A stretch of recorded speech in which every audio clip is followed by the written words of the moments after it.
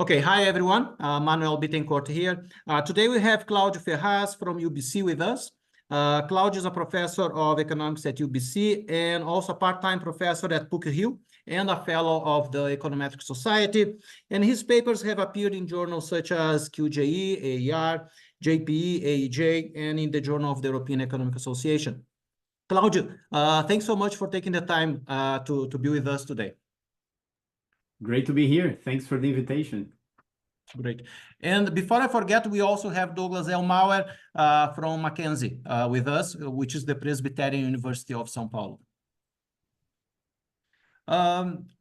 Claudio, you have these great papers on political economy and mostly in using Brazilian data, but let me start with this more general paper, which is a chapter coming out in the Handbook of Political Economy, which is being put together by Darren and James, which is about malfunctioning democracies, and especially democracies in developing countries. And we are all Brazilians here, and I happen to live in South Africa, and they are all young democracies.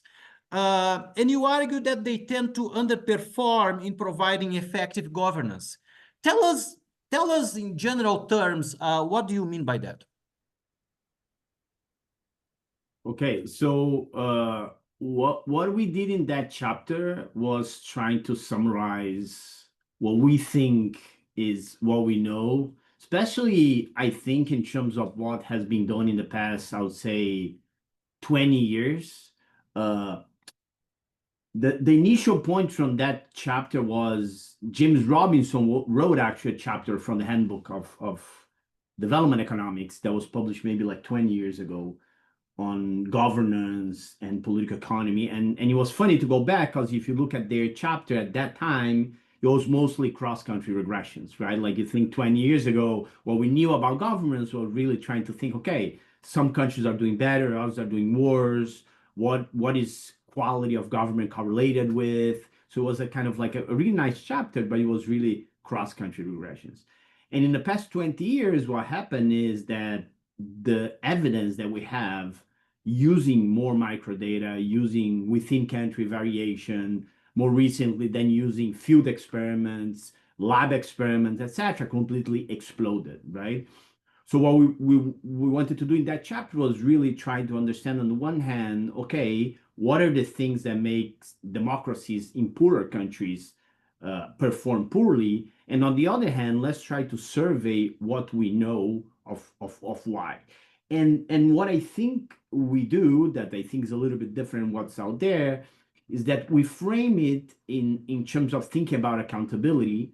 But in the political economy literature, most of the discussions of accountability mostly is between citizens and politicians, right? I mean, we have done work on that, is this idea that there are many ways that accountability fail. It can fail because of vote buying, because of clientelism, because of violence in elections, because of corruption.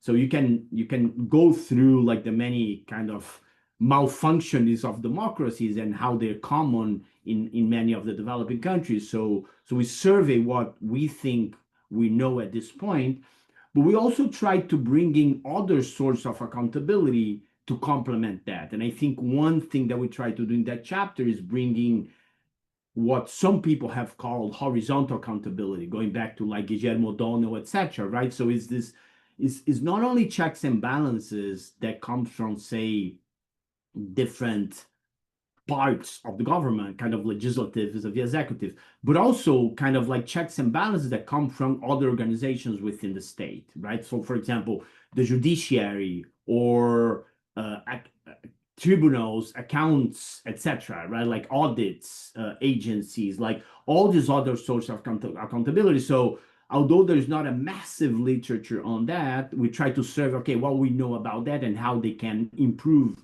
governance. And then governance, going back to your question about what is governance, the way that we think about is the effective way that governments can do their job, basically, which is provide public goods, provide public services, control corruption, regulate the economy, right? Like all those types of things. So we go, I think we try to do a survey in that chapter about how this horizontal accountability, and we also bring in a discussion of what some people in the literature, political scientists, have called diagonal accountability, like these other sources of accountability. You can think of, for example, the media as a very important source of accountability. You can think of civil society, NGOs, right? Like protests as when citizens organize themselves and like through collective action and can like impose accountability on politicians. So I think we kind of like make an overall kind of like picture, both in terms of things that fail in developing democracies, but I think also there's a part of the chapter which is things that we think have worked well. So we also try to highlight, look, we do have evidence that there has been many reforms and like a lot of interesting developments happening in different countries as well. And because you also mentioned that it leaves these young democracies, right, vulnerable to corruption and elite capture. And then you bring into these three accountability channels, which you mentioned, vertical, horizontal, and diagonal, right? Which all obviously brought the narrow corridor by James and Darren to also to mind. And I was thinking about the role of new technologies in actually providing the population at large with some sort of a way of making governments more accountable. How do you see the whole role of, for instance, social media? Yeah, that's interesting. I think there was a lot of promise, right? Like if you go back also maybe to kind of like what happened in many Northern Africa countries, for example, right? And the role that like social media play in some of the what people thought were these new democratic revolutions that were going to completely change things. But even protests across Latin America or Asia, etc. I think there was this promise that with social media, we're going to be able to organize ourselves much easier.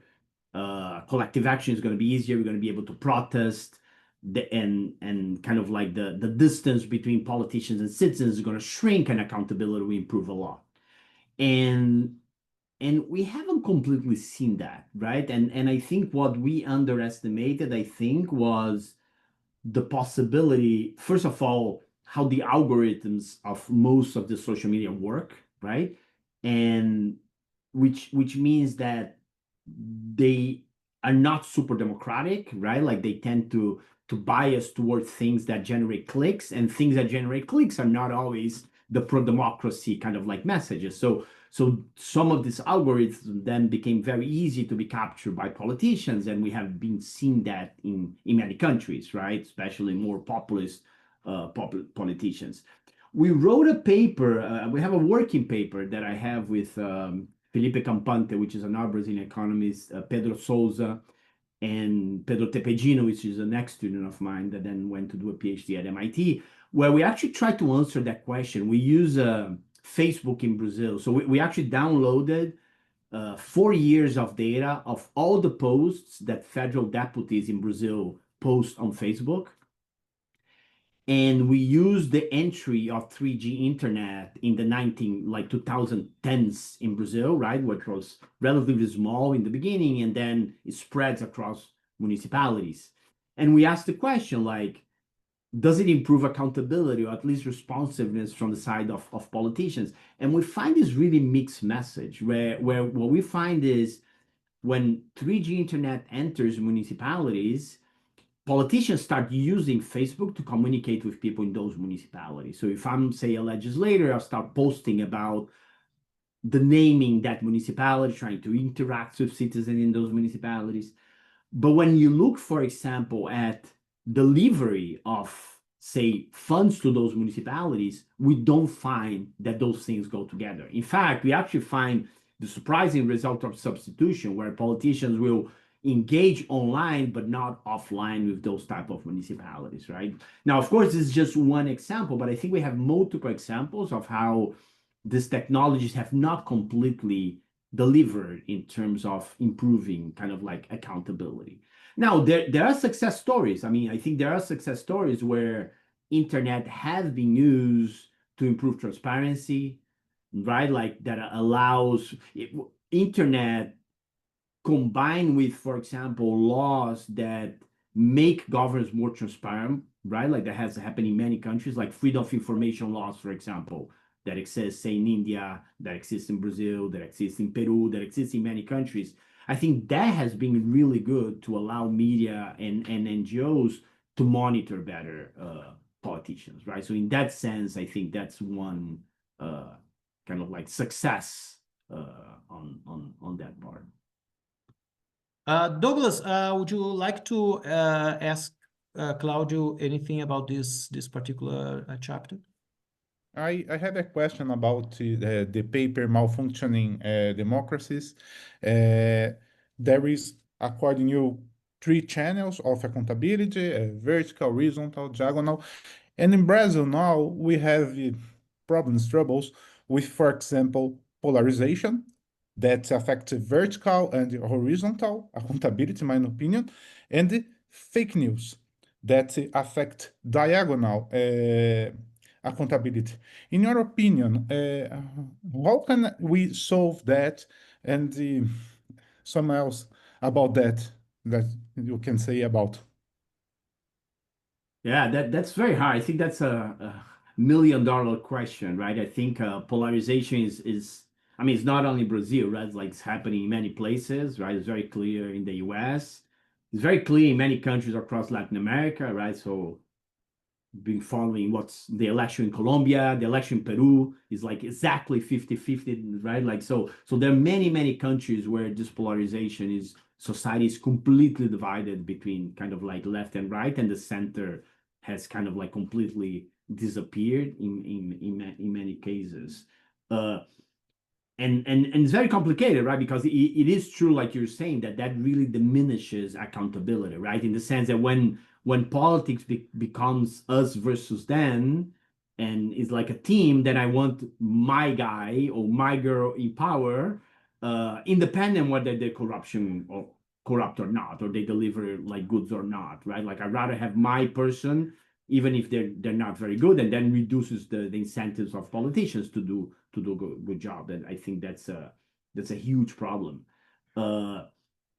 I don't know what the answer is, right? I mean, I think there is some evidence of initiatives that try to put people to talk to each other in a more direct way, for example, at the local level, initiatives where you sit citizens across different ideological spectrums and try to like reason and try to discuss things. My impression is the more you can get people to talk, read newspapers, interact in real life, the better. The more you get people to interact in social media with algorithms that are generated to increase polarization, increase hate, and click on like aggressiveness, the worse things get, right? So I think is a very hard question. I mean, I think one thing that we need are initiatives that bring, for example, the young people, right? Because that's going to be the future of democracy, right? Like young people that are now growing up, they're voting for the first time, etc. I think get those people to talk, maybe engage schools, maybe engage civil society, engage NGOs. I mean, we need those type of efforts in order, I think, to try to reduce polarization. I think is the only way. The fake news problem is a little bit different. I mean, that's a very complicated problem, right? It's a very complicated problem, and that now is getting magnified with AI, right? It was already problematic before you had, very easy way to generate fake news through videos and images and sounds and stuff like that. And now with AI, it just gets like completely magnified. I mean, Brazil is a good example. They have been discussing a lot, for example, for this forthcoming election, how to regulate, for example, content created through AI. And it's very difficult. I mean, the electoral court, for example, they don't have the capacity to really create something that real time is going to like regulate what's going on. So my feeling is like they're just saying we just can't do it, right? I think the evidence that we have on the things that work are, one, fact checks, right? Like organizations, NGOs, etc., that can fast generate fact checks. And the other is support journalism, right? Like we need professional journalism. We need like to drive away people from consuming information news from, say, WhatsApp, social media, to bring them back to really produce content that's quality and understanding what's reality and what's not. But it's a very hard task. Very hard indeed.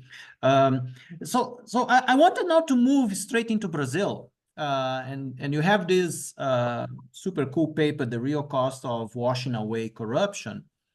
And I think it's the Lava Jato in Portuguese and the car wash in English. It was, personally speaking, I think it was a great moment of a sort of way of modernizing our judicial system, right? But tell us briefly, initially, about the data, because now you go into more granular data instead of having this more national data of the previous chapter. Tell us briefly about the sort of data that you and colleagues use.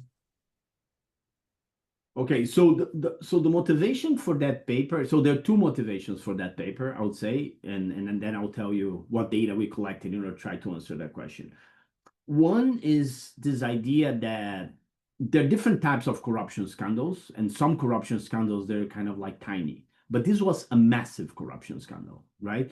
And massive not only in terms of politicians that were involved in the amounts of money, but it was really a corruption scandal that came together with a cartel of the largest construction companies in Brazil, right? So you have those two things like going together, where it's not only that they were like paying to get contracts, but there was a cartel where they're doing it together. And what the crackdown of that did was immediately break the cartel, but then go after these firms, right? So the question that we were interested in asking in that paper was, there could be a trade-off there where when you go after big firms like that, firms that in principle are, say, too large to fail, right? Like they're very big, they employ a lot of people in the economy, you can have massive economic consequences, right? And then the problem with having massive economic consequences is that if you generate a lot of unemployment and uncertainty in the economy and recession, and people relate that to this anti-corruption crackdown, then it could be that people are not super in favor of a crackdown like that, right? So it could be that a very big anti-corruption crackdown generates uncertainty and generates kind of mistrust with respect to that. So that was kind of like what we had in mind trying to understand. So, but it's difficult to get a sense of what are the spillovers in the economy of something like that. So what we do in the paper, so this is a joint paper with colleagues in the central bank and in FGV in Rio. What we do in that paper, and the fact that we have a colleague in this, a co-author in the central bank, we get granular data on the firms that are affected by Lava Jato. And what we're interested in testing that paper is whether the channel where that crackdown affects the rest of the economy goes through a credit channel, in the sense that when you go after big firms, if those firms were getting lending, for example, from banks, and one bank depends a lot of one firm, say, for example, Odebrecht, which was a very big firm, there's one bank that's a direct kind of like interacting with Odebrecht, then that bank can get very exposed. And therefore, that can generate different incentives than lend to other firms in the economy. So in order to operationalize that, what we do is we get microdata on credit, and we know from the exposed firms in the anti-corruption crackdown from which banks they were getting like loans from. And we create a metric of exposure across different banks. So there's some banks that are very exposed because they're lending a lot to these like Lava Jato firms. And there are other banks that are not that exposed. And then what we do is kind of like a difference in differences where the thing there is saying, okay, how do those banks that are very exposed behave compared to banks that are not that exposed in terms of their credit? And then the following question is, if we find that, for example, the exposed banks are reducing the credit to other firms in the economy, what happens to those firms? And then to answer the question of what happened to those firms, we get the employee data set of Brazil, the RISE, and with that we can look at like employment and we can look at the size of the firms, right? And then what we find in that paper is that, yeah, one, the Lava Jato create a huge shock, not only for the construction companies, but also for the banks that were exposed to these construction companies. And that shock changed the behavior of banks in terms of like lending to the rest of the firms in the economy. That was fascinating stuff. And policy implications. Is there any how we monitor this better? What do you? I know it's a bit of a stretch, but I want to hear your views. Well, I mean, I think the big policy implication, and I think that's something that maybe we should learn, is it was a setting where maybe the design in the economic side of this anti-corruption crackdown should have been taught a little bit better, right? Like, so there's no reason why you cannot, on the one hand, go after. Of course, now we're entering a little bit in legal issues, right? And of course, the economists will need to get together with the lawyers to discuss this type of things. But in principle, there's no reason why you cannot go in a criminal prosecution after the CEO of a big corruption company and still take that person away from that company and allow that company to survive, right? And there are many instances where countries have done that, right? Like there are instances of massive corruption scandals in France or in Germany, where the fact that you're going after someone who's doing something wrong, it doesn't mean that hundreds of people have to lose their jobs, right? So I think we didn't think very carefully, I think, the way we did it and the way that was implemented, what would be the consequences to the rest of the economy. And I'm not even saying here that we should have saved those firms, that the government should have put, like, for example, allow those firms to still contract, but a transition, for example, I think would have been better than all of a sudden just saying, okay, we're going to intervene in the firm is not going to, right, like have any contracts with the government for like this huge amount of time, they're going to have to fire everybody, etc. So maybe the government needed like a way to think better in terms of pros and cons, because I definitely think that one of the consequences of the Lava Jato, and if we believe the results of the paper, is that it did generate a lot of unemployment, is that he lost support over time, right? And of course, he lost support over time because of other things, because of, right, like other scandals with the judge and prosecutor, etc. But I think he also lost support over time because Brazil went through one of the largest recessions in history. And of course, the recession was not only because of the Lava Jato, but it definitely contributed to it, right? Douglas, any question about this paper to Claudio? I had a question about a recent case, Caso Master, for example, in relation with this Lava Jato case, for example. In the Caso Master, Banco Master, we have a problem with elite capture, where justices, politicians, and businessmen are clientelist relation, corruptive relation. What is your view about this case, this recent case in Brazil that reflects many of the things in Lava Jato case? Yeah, definitely. I think there's a lot of similarities, I would say, and and the fact that like the central bank could not just say like screw it, like let's this bank disappear because that can have like effects in the rest of the economy, tells you a little bit about this relationship, right? And I think that the difference is that I think was in this case it was easier to separate like the person and the stuff that was done with like the organization, right?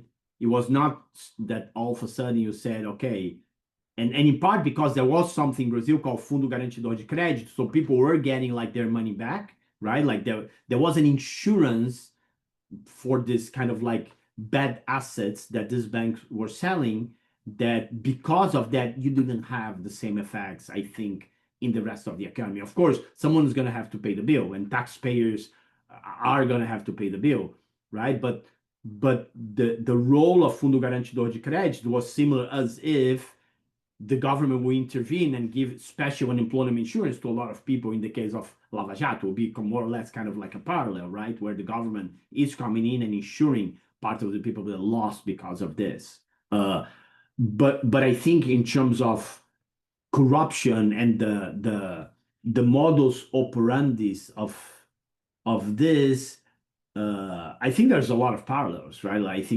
I think the big difference of this case compared, I think, to the Lava Jato is the involvement of the judiciary. Like during the Lava Jato, there was no involvement in the judiciary, while in this case, even top ministers of the Supreme Court, there are suggestive evidence, I would call, that they were being influenced either through money, either through conversations, either through favors, right? So I think in terms of the thinking how it spread across the state, in terms of politicians, private sector, judiciary, this is almost even worse in terms of spread, not in terms of magnitude, but in terms of like spread, right, in the whole system.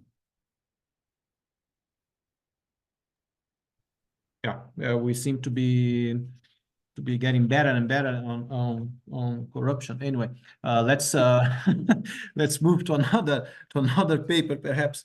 You have this, I think, this paper which I like very much: Political Power, Elite Control, and Long-Run Development in Brazil, which brings Samuel Johnson Robinson to mind. And it talks about the military dictatorship, which goes from 1964. Depending on who you talk to, 85 or 89. But anyway, it's 21 years with the generals in power. And it's very much about distribution of power of local political elites.